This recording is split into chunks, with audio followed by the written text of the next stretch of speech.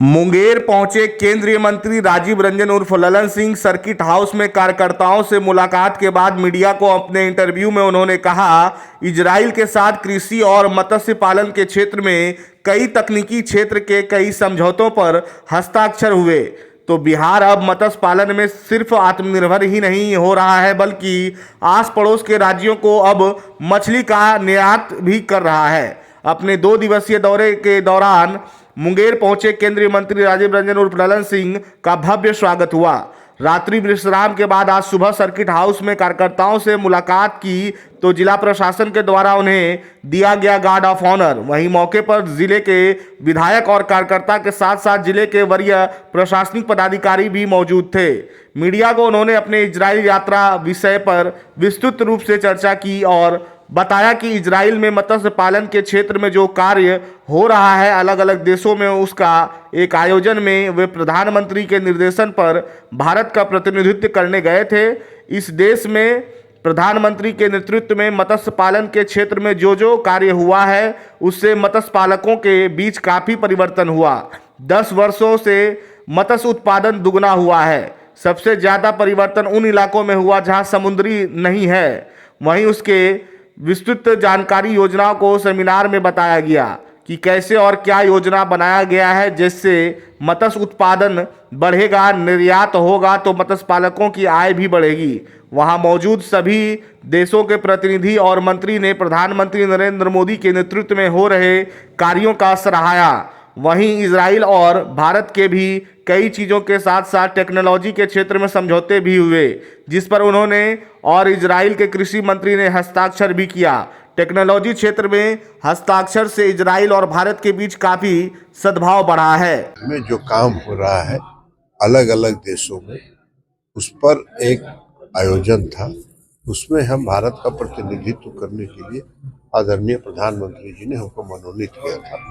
हम वहाँ गए और मत्स्य पालन के क्षेत्र में इस देश में आदरणीय प्रधानमंत्री नरेंद्र मोदी जी के नेतृत्व की सरकार ने जो काम किया है और उससे जो मत्स्य पालकों के बीच में जो व्यापक परिवर्तन हुआ है, 10 वर्षों में मत्स्य उत्पादन दोगुना हो गया और सबसे ज्यादा उत्पादन जो है वो अंतर्देशीय क्षेत्र में हुआ, इनलैंड एरिया में, जो समुद्री इलाका नहीं। तो उसका पूरा विस्तृत हम लोगों ने बताया कि क्या क्या योजना यहाँ चली, क्या क्या योजनाओं से क्या लाभ हुआ मत्स्य पालकों के। अब उत्पादन अगर बढ़ेगा तो लोगों की आय बढ़ती है और उसके अलावा निर्यात को बढ़ाने के लिए हम लोग क्या क्या काम कर रहे हैं, ये सारी विस्तृत जानकारी वहाँ हमने दी। कई देशों के प्रतिनिधि थे वहाँ, मंत्री थे, उन सारे लोगों ने हिंदुस्तान में जो आदरणीय प्रधानमंत्री जी के नेतृत्व में, नरेंद्र मोदी जी के नेतृत्व में जो काम हो रहा है उसको सराहा। और कई क्षेत्रों में, टेक्नोलॉजी के क्षेत्र में और कई चीजें, इजराइल के साथ एक भारत का समझौता भी हुआ और उस समझौता पर भी इजराइल के जो कृषि मंत्री हैं और हमने दोनों मिलके हस्ताक्षर किया और उस हस्ताक्षर से अब टेक्नोलॉजी के क्षेत्र में दोनों देशों में आपस में काफी सद्भाव होगा। सर, बिहार को लेकर क्या योजना है मत्स्य विभाग? बिहार में योजनाएं चल रही है। बिहार आज मत्स्य उत्पादन में आत्मनिर्भर हो गया है। एक समय था जब मुख्यमंत्री नीतीश कुमार जी बिहार के मुख्यमंत्री नहीं बने थे तो 95% आंध्र प्रदेश की मछली यहाँ आती थी। आज हम सिर्फ अपने मछली के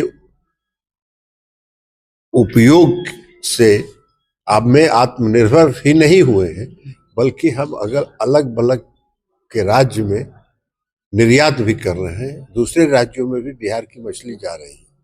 तो ये मछली के क्षेत्र में काफी प्रगति किया है इस क्षेत्र ने।